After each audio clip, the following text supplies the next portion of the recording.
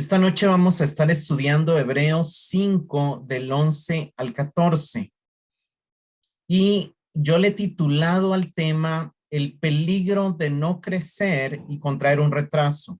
El pasaje es una advertencia que el autor hace sobre el permanecer en inmadurez, sobre el riesgo que corremos todos como creyentes de no avanzar hacia la madurez, de no avanzar hacia la perfección. Y va a haber un llamado en el capítulo 6 al cual vamos a llegar, pero la sección está focalizando esa necesidad. Dice Hebreos 5:11, acerca de esto tenemos mucho que decir y difícil de explicar, por cuanto os habéis hecho tardos para oír, porque debiendo ser ya maestros después de tanto tiempo, tenéis necesidad de que se os vuelva a enseñar cuáles son los primeros rudimentos de la palabra de Dios. Y habéis llegado a ser tales que tenéis necesidad de leche y no de alimento sólido. Y todo aquel que participa de la leche es inexperto en la palabra de justicia porque es niño. Pero el alimento sólido es para los que han alcanzado madurez, para los que por el uso tienen los sentidos ejercitados en el discernimiento del bien y del mal. Por lo tanto, dejando ya los rudimentos de la doctrina de Cristo, avancemos hacia la madurez.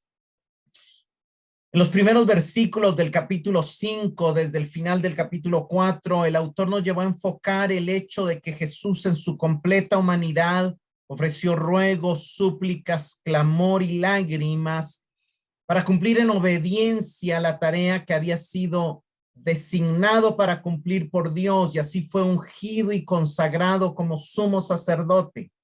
Primero porque Dios lo llamó, pero segundo porque de esa manera, participando él de nuestra debilidad, podía entonces ejercer ese puesto que requería que él pudiera comprender nuestra debilidad. Entonces explicamos que hacia Dios Cristo es fiel, pero hacia nosotros él es compasivo, y el autor ahí está dando un gran consuelo, una gran esperanza, está atenuando la advertencia de no entrar en el reposo y animándonos a conectar con el sumo sacerdote compasivo que tenemos, que nos comprende en nuestra debilidad, que nos ayuda cuando somos tentados y que nos ha abierto la puerta para entrar con confianza al trono de la gracia, donde vamos a hallar misericordia y ayuda oportuna en medio de las dificultades que se nos puedan presentar en la vida. El autor terminó afirmando y focalizando nuestra mirada en que aún Cristo padeció. No solamente nosotros padecemos, Cristo también padeció, pero a través de ese padecimiento él fue ungido y consagrado como nuestro sumo sacerdote.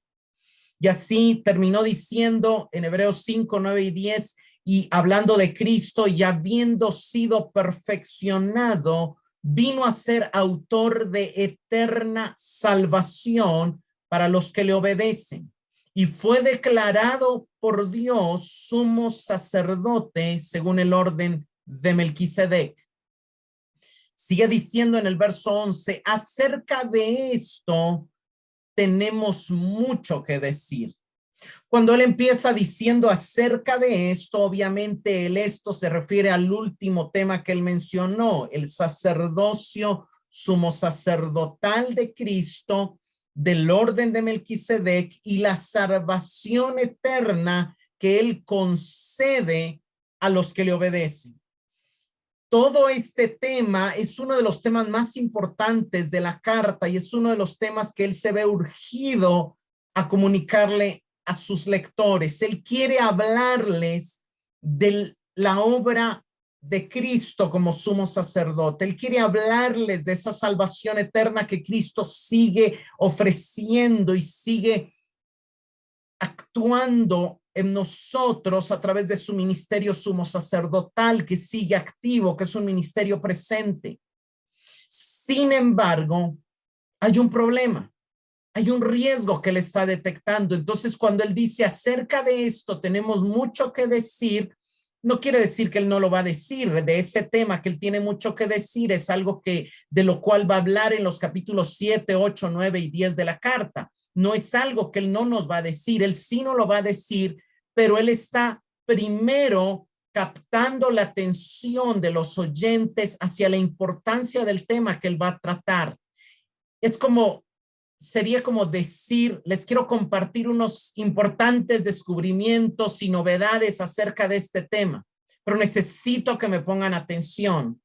Y ahí es donde entra y saca a relucir un riesgo que él ha detectado en los lectores. Sin embargo, aunque yo tengo cosas importantes que decirles acerca del tema del sumo sacerdocio de Cristo, acerca de la salvación eterna que él ofrece, me es difícil explicar esto por cuanto os habéis hecho tardos para oír.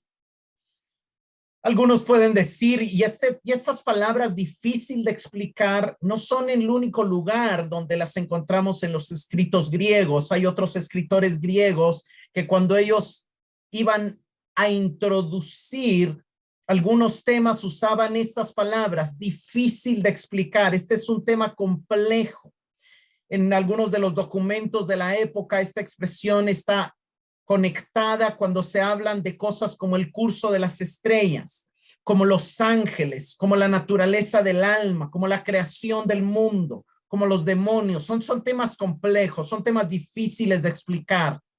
Pero este no es el caso del escritor. Él no está diciendo que el tema sea un tema complejo y complicado. No es la razón por la cual para él está este tema siendo difícil de explicar.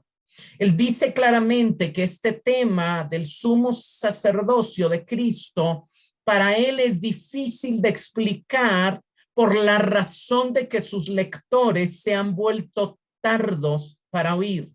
Lo que él está diciendo, señores, me es difícil de decirles esto cuando me preocupa que no lo aprovechen, cuando me preocupa que no tengan la capacidad para llevarlo a su vida, cuando me preocupa que no tengan la salud espiritual y el crecimiento esperado para digerirlo y que se haga vida en ustedes, que se haga parte en ustedes.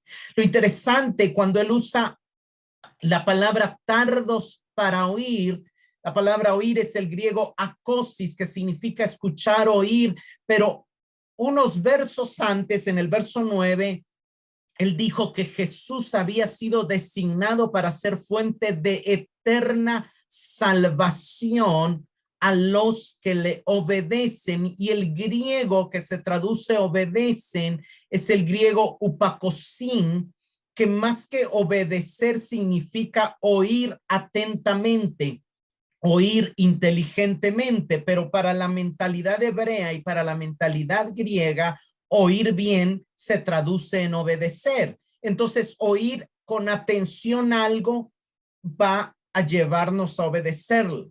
La palabra está formada por dos palabras y sí se traduce obedecer, pero está formada por dos palabras que es upo, que es una preposición que se puede traducir por debajo o abajo, y por la otra palabra que es el verbo akosis, que se traduce oír o escuchar. Cuando la Biblia dice que Él es autor de eterna salvación para los que le obedecen, lo que está diciendo es para los que le oyen en sumisión, para los que le oyen con atención, para los que le oyen en una posición que lo está reconociendo a Él como su autoridad.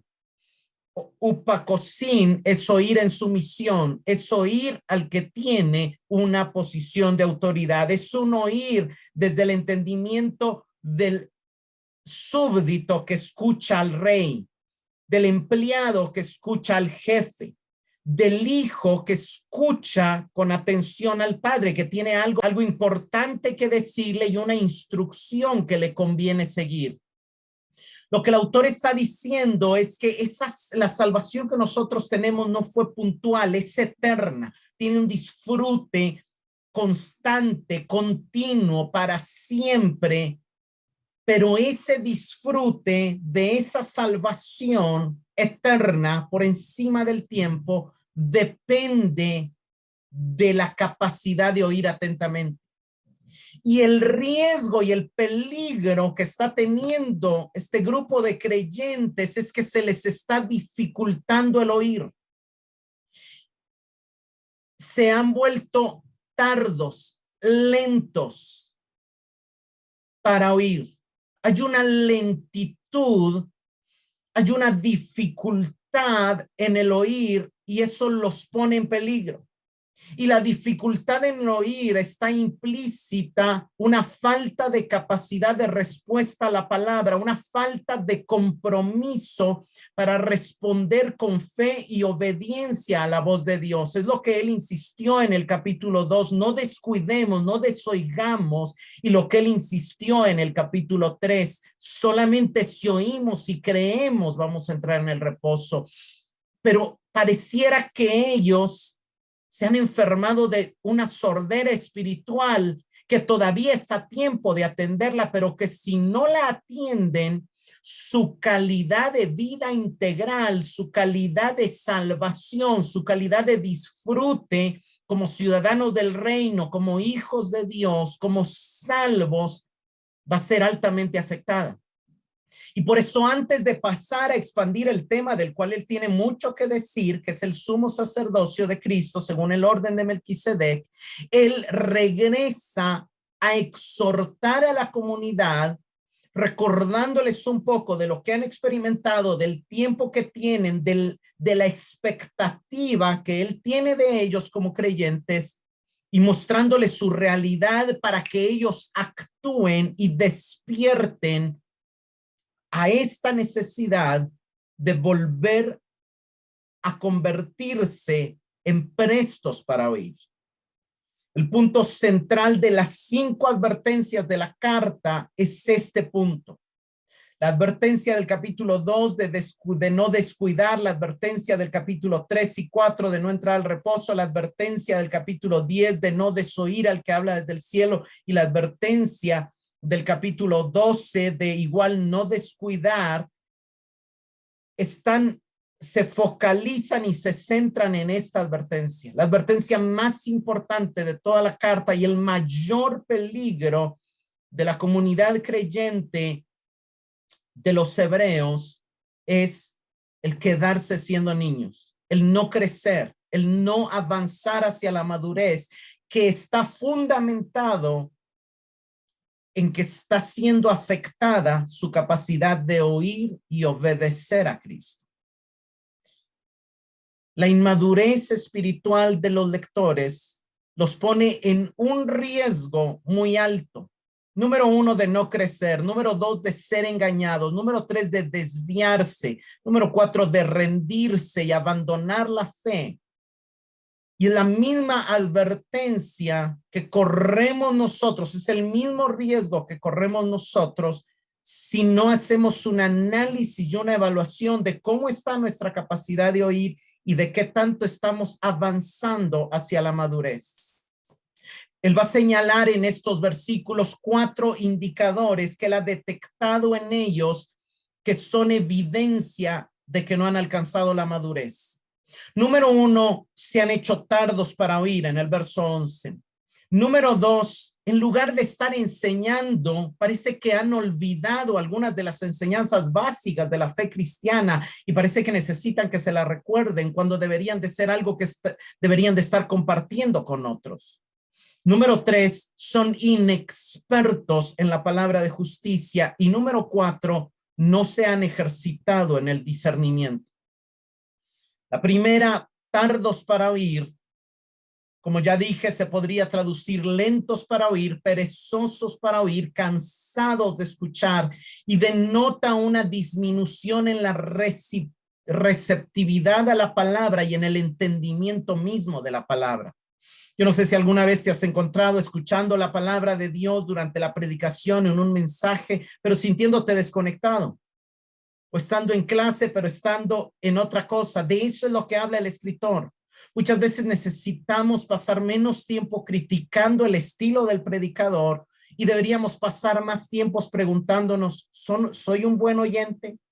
Deberíamos preguntarnos a nosotros mismos, aunque el mensaje fuera difícil de seguir, aunque el predicador tal vez no es tan claro, aunque el predicador tal vez no tiene la mayor retórica para llamar nuestra atención, decirnos, tengo que estar atento para oír dónde Dios me va a hablar a través de ese pasaje que el predicador está exponiendo. Debo de preguntarme, ¿estoy consciente de que lo que estoy escuchando en una predicación es la palabra de Dios, es lo que Dios usa para hablarme a mí en algo que es importante para mi vida? Debo de preguntarme, ¿estoy ejerciendo el criterio para analizar que el texto que el predicador está usando lo esté interpretando de acuerdo a su contexto? ¿O puede ser que lo esté sacando de su contexto? O sea, son preguntas que debemos preguntarnos. Una de las preguntas que este pasaje nos lleva a hacernos es, ¿soy rápido para oír? ¿Soy presto para oír? ¿Soy un buen oyente de la palabra? ¿Soy atento a la predicación de la palabra? ¿O será que soy tardo para oír? ¿Será que soy lento para oír? ¿Será que soy perezoso para oír? Y si la respuesta me lleva a la segunda opción, estoy en peligro. Estoy en peligro de ser engañado. Estoy en peligro de no disfrutar la salvación eterna. Estoy en peligro de llevar una menor calidad de vida a la que pudiera estar llevando. Verso 12. Porque debiendo ser ya maestros después de tanto tiempo, tenéis necesidad de que se os vuelva a enseñar cuáles son los primeros rudimentos de la palabra de Dios. Ya habéis llegado a ser tales que tenéis necesidad de leche y no de alimento sólido. Cuando el autor dice debiendo ser ya maestros después de tanto tiempo, debemos recordar que ellos tenían al menos 20 años de ser creyentes. En la introducción a la carta vimos de que ellos sufrieron despojo de sus bienes, como está registrado en el capítulo 10, y eso muy probablemente está ligado a un edicto que el emperador Claudio dictó en el año 49, que sacó a los judíos de Roma y fueron despojados de sus bienes. La carta está siendo escrita probablemente en el año 67 o 69, antes del año 70, pero muy cercano al año 70. Y entonces, por ejemplo, si el edicto se dio en el 49 y la carta estuviera llegando en el 69, estaríamos hablando de 20 años de algo que la comunidad vivió y que el autor conoce y que son los mismos. O sea, tienen 20 años de ser cristianos, algunos quizá 30, algunos 25. Claro, seguramente se han añadido algunos nuevos y algunos tienen menos tiempo. Pero de un cristiano de 20 años ya no se espera que sea un cristiano de banca. Ya no se espera que sea un cristiano que sigue solo oyendo. Se espera que ya sea un maestro de otros cristianos. Se espera que ya esté trasladando el conocimiento que ha ido adquiriendo en sus años de cristianismo y que esté evangelizando, discipulando, predicando, enseñando a otros. Pero, ¿cómo es posible que después de tanto tiempo les dice el escritor a sus lectores, tengan necesidad de que se os vuelva a enseñar? Y aquí obviamente le está usando de ironía los primeros rudimentos de la palabra de Dios. No es que ellos tienen que volver a recibir la doctrina básica, no, hombre, ya la han recibido tal vez muchas veces, pero está usando el autor de ironía. O sea, si no lo han enseñado a otros, es porque tienen necesidad de que se les enseñe otra vez lo que ya saben. O sea, quieren que se les enseñe de nuevo lo que ya se saben de memoria, pero tal vez lo que necesitan, o sea, usando esa ironía, ese tono irónico, quieren que se les enseñe con dibujitos porque no entendieron cómo vivirlo. Es básicamente un llamado al hecho de que tienen tantos años oyendo ciertos temas, pero parece que todavía no los han llevado a la práctica, no los han hecho suyos, no los han abrazado totalmente porque están considerando abandonar su profesión, como lo vimos en el 4:13 o 4:14, no recuerdo el verso exacto, pero está ese peligro, está ahí esa condición. Entonces, Y aquí quiero entrar a explicar un tema, ¿verdad? El tema de los rudimentos. Un rudimento era en albañilería como una, ¿cómo decirlo? Como una base, como una primera forma, digamos, el rudimento habla de algo básico. De hecho, la palabra rudimento se traduce al griego etoiochea, que en el griego de su tiempo significaba las partes básicas, los elementos o componentes más fundamentales de algo, o las etapas fundamentales de cualquier tema. Entre los antiguos filósofos griegos designaban como estoiochea los 4 elementos básicos y esenciales de los que constaba el universo, que para ellos eran la tierra, el agua, el aire y el fuego. Si a un filósofo griego usted le preguntaba cuáles son los rudimentos del mundo, él le decía, pues son los elementos básicos, la tierra, el agua, el aire y el fuego, ¿verdad? Obviamente, si lo traemos a nuestro tiempo y a los químicos de hoy, pues los rudimentos serían los elementos de la tabla periódica, ¿verdad? El oxígeno, el hidrógeno, el nitrógeno, el carbono, etcétera, etcétera, etcétera. Cuando Pedro habla de la destrucción que va a venir, de lo que nosotros diríamos el fin del mundo, en 2 de Pedro 3:10, Pedro dice, el día del Señor vendrá como ladrón en la noche, en el cual los cielos pasarán con gran estruendo y los estoiochea, los elementos básicos arderán en fuego, serán deshechos ardiendo. Y lo vuelve a repetir más abajo. Ahora, aquí el autor obviamente no está hablando del aire, fuego, el agua o de lo que está hablando Pedro como elementos básicos que serán destruidos por el fuego, ¿verdad? No está hablando de una tabla periódica, sino que se está refiriendo a los principios básicos del evangelio, al ABC de los oráculos de Dios, a lo más fundamental, a temas como el pecado, la santidad, el juicio, el origen de la vida, el propósito de la existencia, o sea, esos temas básicos, al hecho que hay un Dios, al hecho de que somos criaturas, todo eso para él son temas básicos. Y lo interesante es que dice, habéis llegado a ser tales que tenéis necesidad de leche y no de alimento sólido. Y aquí él hace un contraste entre la leche y entre el alimento sólido, que es un tema que vamos a explicar la siguiente clase, pero que hoy vamos a entrar a explicar qué son los rudimentos y qué significa que un cristiano esté solamente dando vueltas en los rudimentos y se haya quedado sin la capacidad de crecer o esté en el riesgo de no crecer y de llegar a tener un retraso. Vayamos a 1 Corintios 3, del 1 al 5. De manera que yo, hermanos, no pude hablaros como a espirituales, sino como a carnales, como a niños en Cristo. Os di a beber leche y no vianda, porque aún no erais capaces, ni sois capaces todavía, porque aún sois carnales, pues habiendo entre vosotros celos, contiendas y disensiones, ¿no sois carnales y andáis como hombres? Porque diciendo el uno, yo ciertamente soy de Pablo, y el otro, yo soy de Apolos, ¿no sois carnales? ¿Qué, pues, es Pablo y qué es Apolos? Servidores por medio de los cuales habéis creído, y eso según lo que a cada uno concedió el Señor. Vean qué interesante. Ellos le estaban dando más importancia a de parte de quién venía el mensaje que a vivir el mensaje mismo. Ellos les gustaba, a algunos les llamaba la atención la retórica de Apolos, un candidato posible como escritor de la carta a los hebreos, pero otros preferían a Pablo porque había conocido al Señor resucitado, quizá por su labor misionera, pero otros preferían a Pedro porque había estado con el Señor. Pero lo que Pablo identifica en ellos es que no eran capaces de asimilar alimento sólido todavía.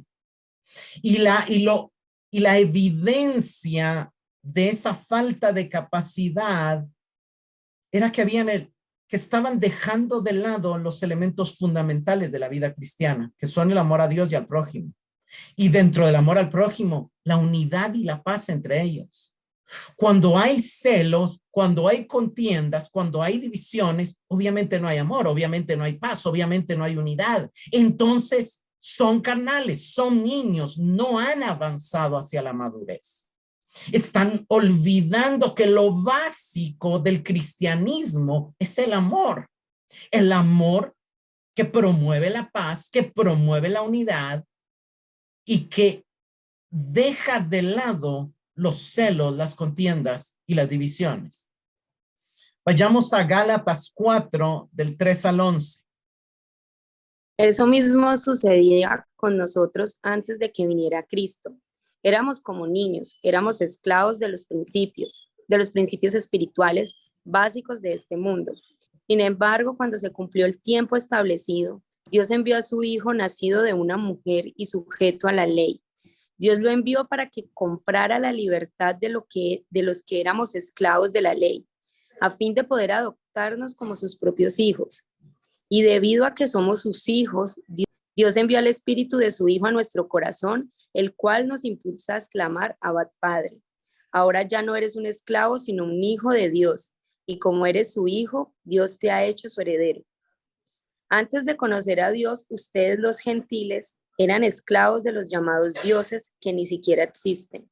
Así que ahora que conocen a Dios, o mejor dicho, ahora que Dios los conoce a ustedes, ¿por qué quieren retroceder y convertirse otra vez en esclavos de los débiles e inútiles principios espirituales de este mundo? ¿Pretenden ganarse el favor de Dios al cumplir con ciertos días o meses, estaciones o años? Temo por ustedes. Quizá todo el arduo trabajo que hice entre ustedes fue en vano. Cuando un maestro se dedica a enseñarle a un niño, por alguna razón tiene un retraso mental y que no puede absorber el conocimiento que se le está dando, va a haber un momento donde el maestro va a llegar a decir: ¿será que le estoy enseñando en vano? Y eso precisamente es lo que está pasando con el escritor a los hebreos con sus lectores y lo que le está pasando a Pablo con los Gálatas. En este pasaje vemos 2 veces la palabra rudimentos, que en la versión leída lo tradujeron principios espirituales de este mundo. Es la palabra griega estoichea, es la misma palabra de Hebreos 5, 12, es la misma palabra que vemos en el verso 1 y en el verso 9. Si nosotros vemos el pasaje y si nosotros entendemos y conocemos toda la carta a los Gálatas habían comenzado en el espíritu, viviendo su vida cristiana por fe, pero se estaban viendo seducidos a empezar a vivir una vida cristiana tomando en cuenta la circuncisión, tomando en cuenta las obras de la ley y tomando en cuenta la justicia humana. Pablo les dice: señores, cuando éramos niños, cuando no teníamos a Cristo, cuando empezamos en nuestro entendimiento del evangelio, estábamos en esclavitud bajo los rudimentos del mundo. Él le llama rudimentos del mundo a la ley de Moisés, porque su mundo era el mundo judío, digamos, porque su mundo era el entendimiento. Aquí no hay que tomar mundo como aquello contrario, sino a la vida, digamos, carnal, a la vida normal, natural. Pero cuando vino el tiempo, Dios envió a su hijo, y sí, ese hijo nació bajo la ley, pero nació bajo la ley para redimir a los que estaban bajo la ley, o sea, para sacarnos de la ley y para que pudiéramos ser hijos, verso 4. Y como ya somos hijos, ya podemos tener una relación con el Padre, ya tenemos vida del Espíritu, ya somos herederos, ya no debemos de vivir una vida basado en el mandamiento desde el temor, sino ahora vivimos una vida desde el amor, desde la relación. Ya no vivimos una vida basado en principios, sino vivimos una vida basado en los consejos, en la voz de Dios a nosotros. Entonces viene el verso 9, dice: ahora que ya conocemos a Dios, más bien que somos conocidos por Dios, o sea que a Dios, que el amor de Dios ya nos dio una nueva identidad, una nueva posición. ¿Cómo se quieren volver a la esclavitud? cómo se quieren volver a los débiles y pobres rudimentos que solo los van a esclavizar. ¿Cómo van a pensar que la vida cristiana se trate de guardar días, meses, de ir al culto, de hacer esto, de hacer lo otro? Estoy detectando un gran riesgo, el riesgo de haber trabajado en vano. Porque en lugar de avanzar hacia la madurez, se están quedando como niños, están permaneciendo en la niñez. Para Pablo, los rudimentos son aquellos principios de la ley que solamente esclavizan, que solamente producen temor, pero que no desarrollan, que no nos llevan a vivir la vida del espíritu y la vida desde el amor. Para Pablo, los rudimentos del mundo son débiles y pobres si se contrastan con las grandes realidades que conlleva el haber sido adoptados como hijos y tener y usar esa oportunidad de conocer a Dios a través de una relación en paz con Él que se recibe por medio de la justificación. Los Gálatas han olvidado que así como la salvación era por fe, la santificación también es por fe. Los Gálatas, como los hebreos, necesitaban ver y apreciar más a Cristo y a la realidad a la que Cristo los había introducido. Los lectores de la carta a los hebreos necesitaban progresar en su entendimiento de la teología bíblica, principalmente en la interpretación del Antiguo Testamento a la luz de la manifestación de Cristo, y es lo que el autor les va a ayudar en los próximos capítulos. Pero los Gálatas estaban corriendo el mismo riesgo al oír a los judaizantes, y también el mismo riesgo corrían los colosenses. Vayamos a Colosenses 2, del 8 al 10. Cuídense de que nadie los cautive con la vana y engañosa filosofía que sigue tradiciones humanas, la que va de acuerdo con los principios de este mundo y no conforme a Cristo. Toda la plenitud de la divinidad habita en forma corporal en Cristo. El autor, o sea, aquí Pablo está viendo un peligro en los colosenses, y el peligro es el peligro de caer en engaño. Y de caer el engaño porque suena atractivo, porque suena bonito volver a conformarse o a vivir un evangelio basado en los rudimentos, en los estoiochea, en los principios del mundo. Esos principios no son más que filosofías y huecas sutilezas que no se conforman a Cristo, que no proceden de Cristo y que no son según Cristo. Cristo es Dios y Cristo vino a completarnos en él. Y lo que los rudimentos hacen es crear vacío en nosotros y hacernos pensar que estamos vacíos, que necesitamos algo más aparte de Cristo. Y Pablo dice, no necesitan nada más aparte de Cristo porque están completos en Cristo. Y tienen que entender esta verdad para no ser engañados por hombres que lo que les encanta es la tradición y que lo que usan para engañar son los rudimentos, los principios elementales. Son cosas verdaderas, son cosas necesarias de entender, pero no podemos edificar con rudimentos. Edificamos sobre los rudimentos, pero no con los rudimentos. Vayamos más abajo a Colosenses 2, del 18 al 23. No dejen que se les prive de esta realidad. No dejen que les prive de esta realidad ninguno de esos que se ufanan en fingir humildad y adoración de ángeles. Los tales hacen alarde de lo que no han visto y envanecidos en su razonamiento humano, no se mantienen firmemente unidos a la cabeza. Por la acción de esta, todo el cuerpo, sostenido y ajustado mediante las articulaciones y ligamentos, van creciendo como Dios quiere. Si con Cristo ustedes ya han muerto a los principios de este mundo, ¿por qué, como si todavía pertenecieran al mundo, se someten a preceptos tales como no tomes en tus manos, no pruebes, no toques? Estos preceptos basados en reglas y enseñanzas humanas se refieren a cosas que van a desaparecer con el uso. Tienen sin duda apariencia de sabiduría, con su afectada piedad, falsa humildad y severo trato del cuerpo, pero de nada sirven frente a los apetitos de la naturaleza pecaminosa. No dejen que los prive de vuestro premio. Empieza diciendo, hay una vida que es indestructible, que no se las pueden quitar, pero hay un disfrute de esa vida, hay un premio de tener esa vida, hay un premio de conectarse a esa vida que sí se puede perder, que sí los pueden privar.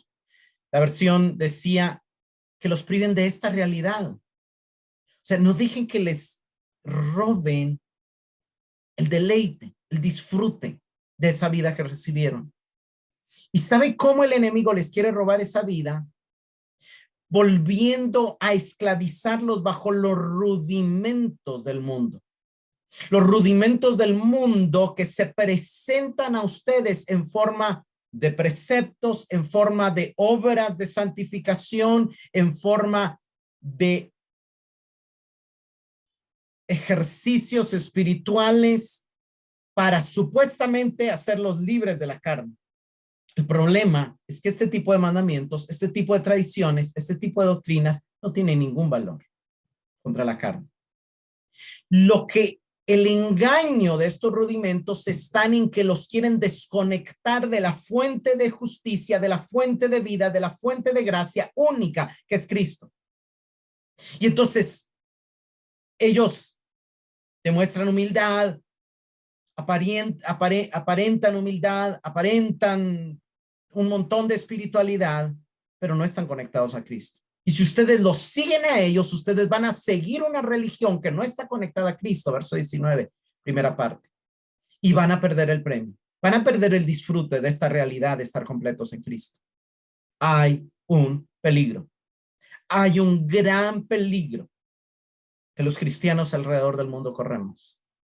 El peligro de vivir una vida cristiana privados del premio, privados de la realidad, privados de la unión a Cristo, privados de la justicia, privados de la gracia, privados del deleite. ¿Cómo? Viviendo un evangelio, dando una y otra vez vueltas en los rudimentos de qué es el pecado, de que Dios es santo, viviendo con temor ante los mandamientos, ante el castigo, ante perder la salvación. Es un gran peligro. El punto de los rudimentos, ni Pablo ni el autor de los Hebreos dicen que no son necesarios. Los rudimentos son necesarios. El punto de los rudimentos es que no se puede estar en ellos todo el tiempo. Son necesarios, es necesario entender el pecado. Es necesario e importante entender la santidad de Dios y la naturaleza pecaminosa humana. Es importante entender, pero también es importante entender que el pecado no nos libra de la salvación, que no se puede vencer con métodos humanos y que tiene el gran peligro, dar muchas vueltas en la realidad del pecado, tiene el gran peligro de hacernos creer que Cristo no es suficiente y que no hay otro método, y que hay otro método, aparte de su gracia para ser salvos. Ese es el tema de los rudimentos, de las tradiciones de los hombres. Ellos no necesitaban que se les recordara estas verdades, pero el autor está usando la ironía para recordarles que si están pensando en abandonar su confesión, es como si se hubieran olvidado del juicio final, es como si se hubieran olvidado que esta vida es nada comparada con la eternidad, es como si se hubieran olvidado quién es Dios. En todos los pasajes, en Gálatas, en Hebreos y en Colosenses, que se habla de los rudimentos, vemos que el problema de los creyentes a los que los apóstoles se dirigen es que están queriendo vivir su vida guiados por los mandamientos y no por la vida del Espíritu. Es gente que está queriendo vivir en base a obras, desde el temor, y no están aprendiendo a vivir una vida desde el amor, que es vivir desde el Espíritu. Hermanos, la doctrina sí nos sirve para entender ciertos conceptos, pero cuando empezamos a usar la doctrina para juzgar el pecado de otros, para acusar, para provocar temor en nosotros o en otros, y no para que la doctrina se haga vida en nosotros es llevar el conocimiento al plano de la repetición, al plano de los rudimentos, al plano de la esclavitud y no al plano de la acción. El rudimento es el fundamento que ya está puesto. Y el problema de los hebreos, el riesgo que estaban corriendo los gálatas y los colosenses es dejar de edificar por querer seguir poniendo una y otra vez un fundamento que ya estaba puesto. No quiere decir que vamos a quitar el fundamento.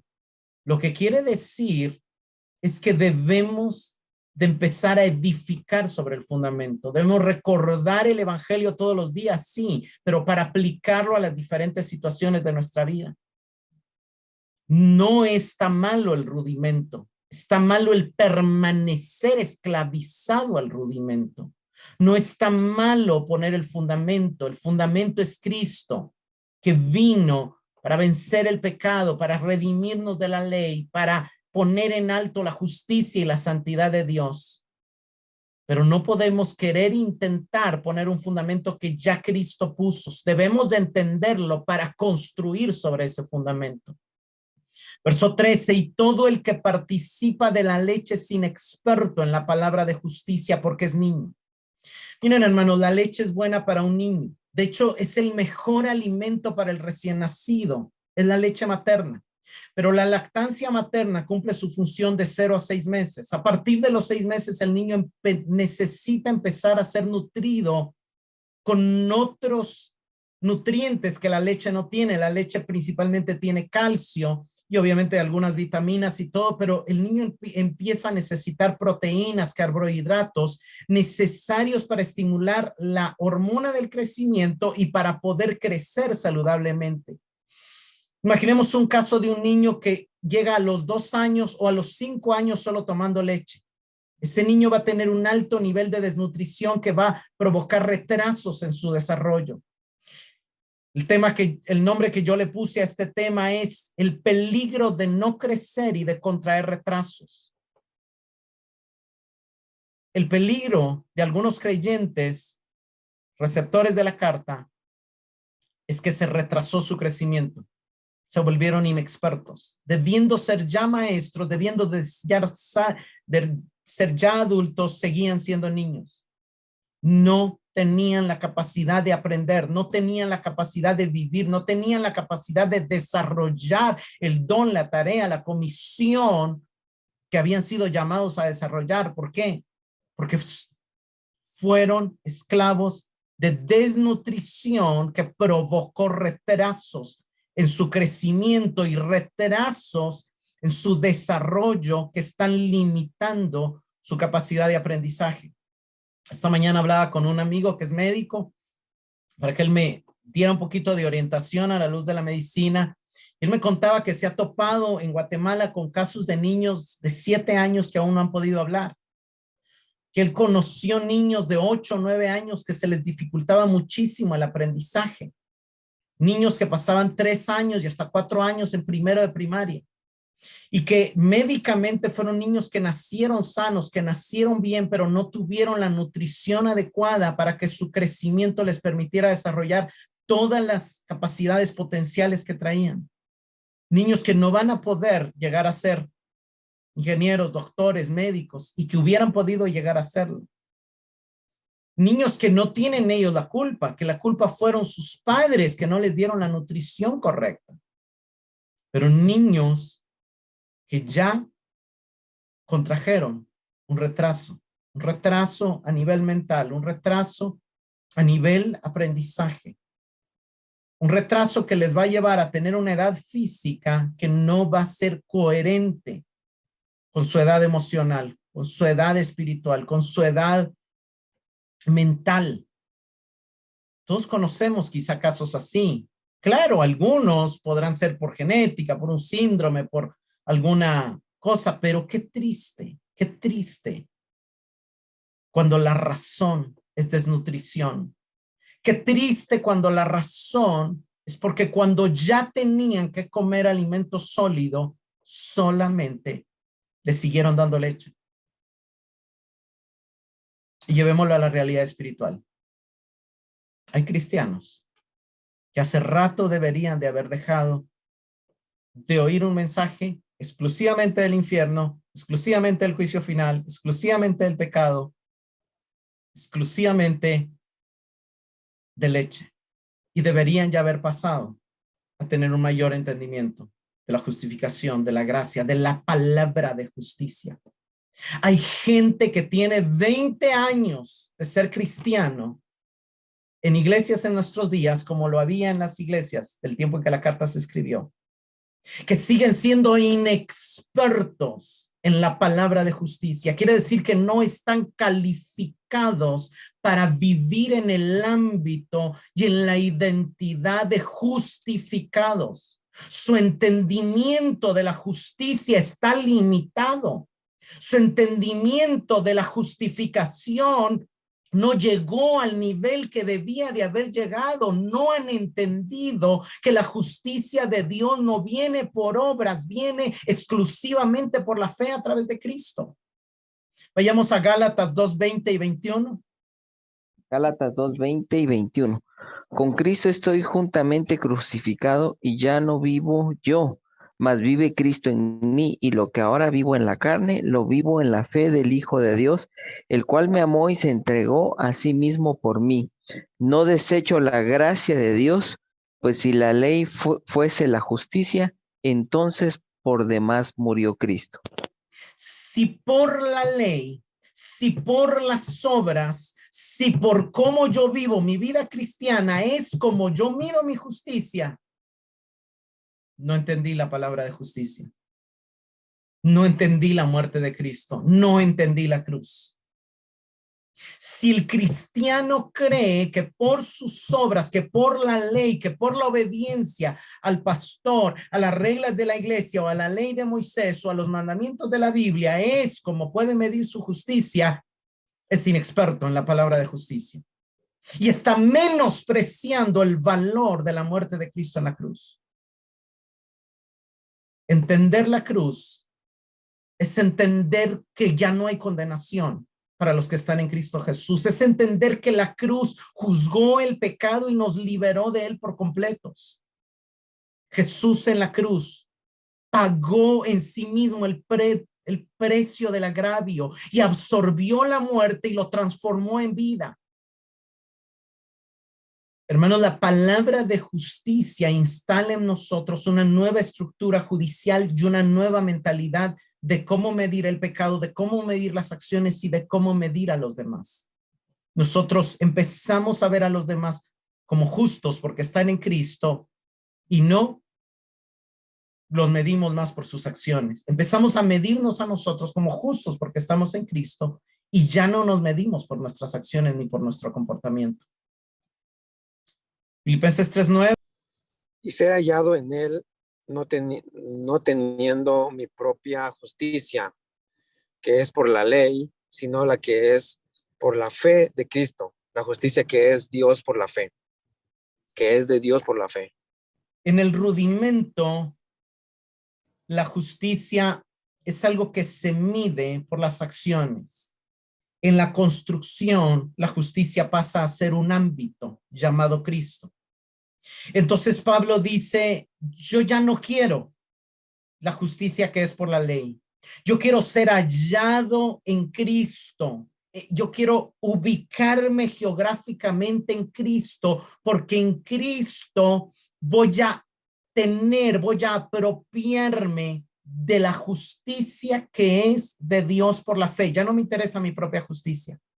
Estar en Cristo, vivir en el Espíritu, significa que toda estructura de juicio en mi exterior sea desarmada. El que entra en la justicia, el que es experto en la palabra de justicia, despide a los jueces, anula los decretos, anula las leyes y abraza su nueva identidad en Cristo. Ya no puede permanecer en el sistema judicial anterior.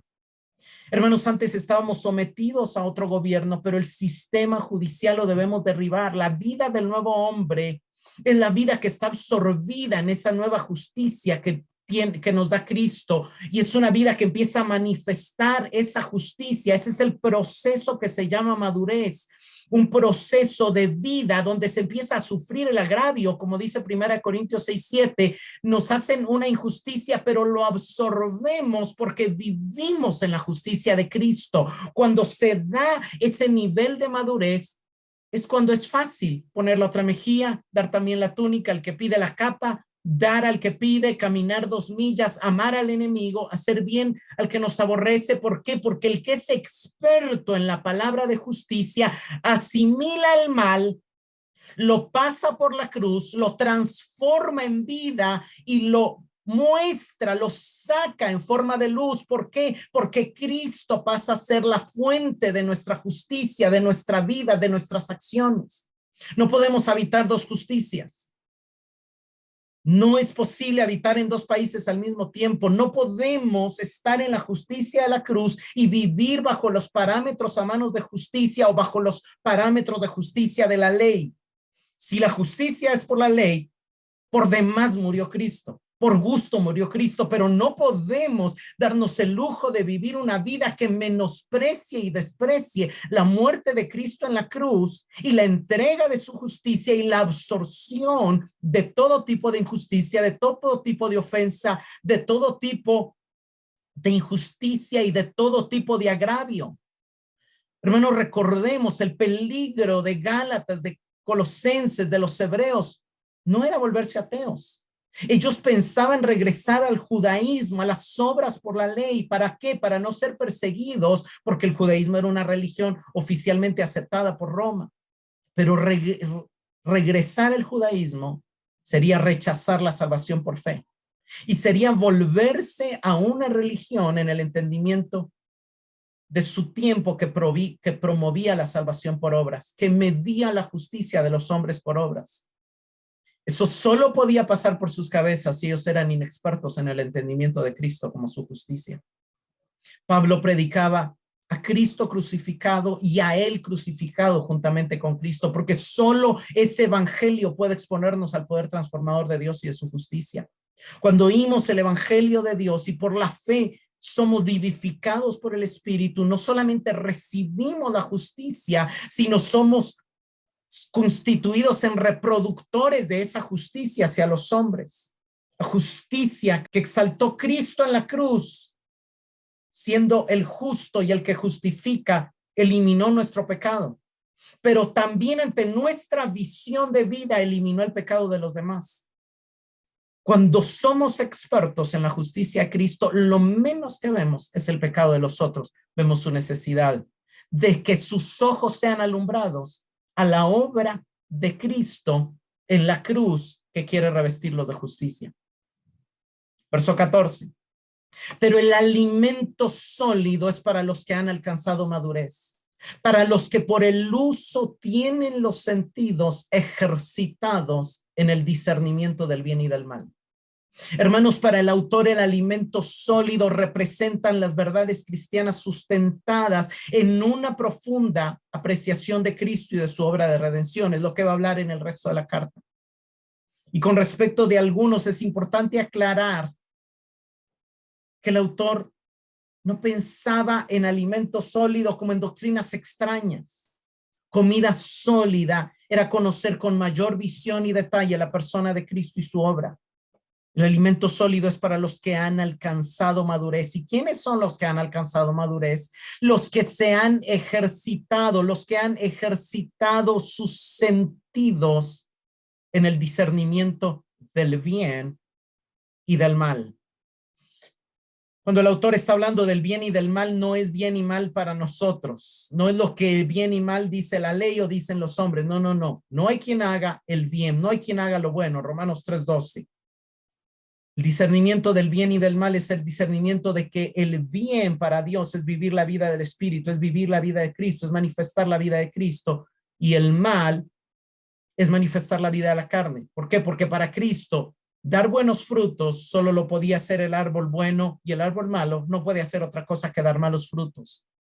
Discernir el bien y el mal es discernir las intenciones del espíritu, de las intenciones de la carne, lo que nos ayuda a la palabra que penetra hasta discernir, hasta partir el alma y el espíritu, hasta discernir las intenciones del corazón. Ejercitar los sentidos espirituales es ejercitar a oír al Espíritu, a ver las cosas del Espíritu, a ver por el Espíritu, no a ver la apariencia, no a ver la superficialidad, no a ver el moralismo, no a ver las obras, a ver lo que solo Dios puede mostrar, los corazones. Pablo le dice a Timoteo, ejercítate para la piedad. Y la Biblia nos enseña que la disciplina es el secreto de la piedad. Jade Adams escribe, comentando este versículo, el escritor de los Hebreos está reprendiendo a los cristianos hebreos porque aunque han recibido tanta enseñanza de la palabra de Dios, con todo no les ha aprovechado mucho. La razón de ello era que no la habían usado. Es la práctica de la piedad la que nos lleva a la vida de la piedad, pues hace que la piedad se vuelva natural. Si practicas lo que Dios te dice que practique, la vida obediente va a pasar a ser parte de ti. No hay una manera rápida y fácil de llegar a la piedad instantánea. Solo hay una manera de hacerse una persona piadosa, orientar la vida de uno hacia la piedad, y esto significa pauta tras pauta. Las viejas maneras pecaminosas, a medida que van siendo descubiertas, han de ser reemplazadas por las nuevas pautas de la palabra de Dios. Este es el significado de la vida disciplinada o ejercitada. La disciplina o el ejercicio requiere la crucifixión constante de las viejas maneras pecaminosas y finalmente la práctica de seguir a Jesucristo en sus nuevos caminos por medio de la guía y la fuerza del Espíritu Santo, que el Espíritu Santo provee por medio de su palabra. El camino bíblico a la piedad no es simple o fácil, pero es un camino seguro. Es un camino de ejercicio continuo. Hermanos, hay demasiados cristianos que ceden, que se desaniman rápido. ¿Cuál es la clave? Resistencia. ¿Y cómo se obtiene resistencia? Ejercicio. Aquí la palabra ejercicio, tanto en Timoteo, cuando Pablo le habla, como aquí, viene del término gimnasia. Hermanos, solo hay dos clases de vida. La motivada por el sentimiento, orientada por el pecado hacia el yo, y la vida de santidad motivada hacia la piedad y dirigida por el Espíritu. Necesitamos ejercitarnos por medio de la oración, por medio de la palabra y por medio de esa meditación y examinación constante. Estoy viviendo lo que estoy oyendo, estoy ejercitándome, estoy perdonando, estoy dando la otra mejilla, estoy tomando mi cruz, estoy muriendo a mi carne. ¿Por qué? Porque el llamado es ir hacia la madurez. ¿Y qué es la madurez? Si la meta es la madurez espiritual, ¿cómo podemos medir la madurez? La manera fácil sería, en contraste con los síntomas de inmadurez, las evidencias de madurez serían: número uno, en lugar de ser tardos para oír, un maduro es pronto para oír, está atento a lo que Dios está hablando. En lugar de poder ser maestro sin serlo, es alguien que ya está siendo maestro, que está dispuesto a enseñar a otros y que está enseñando a otros. En lugar de ser inexperto en la palabra de justicia, es alguien que tiene muy clara la justificación, no por medio de las obras, sino por la gracia, por medio de la fe, por la obra de Cristo. Y número 4, un maduro es alguien que se mantiene ejercitándose constantemente en la piedad, ejercitándose en el entendimiento de la palabra para poder discernir lo que es del espíritu y lo que es de la carne. Tenía un último pasaje que es 1 Corintios 13:11. Pablo dice: cuando yo era niño, hablaba como niño, pensaba como niño, juzgaba como niño, pero cuando ya fui hombre, dejé lo que era de niño. Y la pregunta que surge aquí es: ¿cómo piensa ahora un adulto? ¿Y cómo pensaba un niño? Y la respuesta está en el contexto. El niño piensa de que si él habla 1000 lenguas angélicas, ya la hizo, que si él muere como mártir va a tener corona en el cielo, que si él entrega su cuerpo para ser quemado, es lo máximo, que si él da de comer a los pobres, está haciendo la obra. El maduro entiende que sin amor de nada le sirve todo eso. El maduro es el que empieza a estar enfocado no en sí mismo, sino en otros. 1 Corintios 13:4 dice: el amor, pero cambiemos el amor por el cristiano maduro. Es paciente, es bondadoso, no tiene envidia, no es jactancioso, no es arrogante, no se porta indecorosamente y algo clave, no busca lo suyo. El cristiano maduro es el que deja de vivir una vida centrada solamente en su propio beneficio y empieza a buscar más que su bienestar propio, el bienestar de la comunidad, de la familia. Como preguntas de reflexión, ¿cuántos años tienes de ser creyente? ¿Conoces tu potencial de crecimiento como creyente? ¿Conoces el potencial del premio de la realidad de vivir desde el ámbito de la justicia de Cristo? ¿Consideras que hay áreas en tu vida espiritual que quizás se han mantenido sin avance? ¿Qué acciones podrías tomar para aumentar tu ejercicio en la piedad y en el discernimiento? ¿Cómo está tu receptividad para oír la palabra? ¿Te consideraría rápido para oír o lento para oír? Y más importante, ¿qué tanto de lo que oyes lo llevas a la práctica? ¿Eres lento o rápido para obedecer la voz de Dios? ¿Consideras que has empezado a vivir desde el amor? ¿Buscas más tu propio beneficio personal o el beneficio de tu comunidad y de tu familia? Señor, te damos gracias por tu palabra y te damos gracias por traer, Señor, a nuestra vista este riesgo de no crecer, este riesgo de quedar retrasados, inexpertos en la palabra de justicia. Señor, te damos gracias también porque en la realidad espiritual no es algo irreversible. Te damos gracias, Señor, por esa invitación que nos haces a ser prontos para oír, para poder tener la capacidad de recibir el alimento sólido y poder avanzar hacia la madurez. Te damos gracias porque el llamado del autor, cuando dice avancemos hacia la madurez, nos recuerda que aún podemos avanzar y que aún debemos de avanzar. Y te suplicamos, ayúdanos a avanzar hacia la madurez. No queremos quedarnos permaneciendo como niños. No queremos dejar de crecer ni de avanzar. No queremos contraer un retraso en nuestra capacidad de vivir al 100 la vida espiritual que nos has otorgado en Cristo. Te lo suplicamos, Señor, en tu nombre. Amén.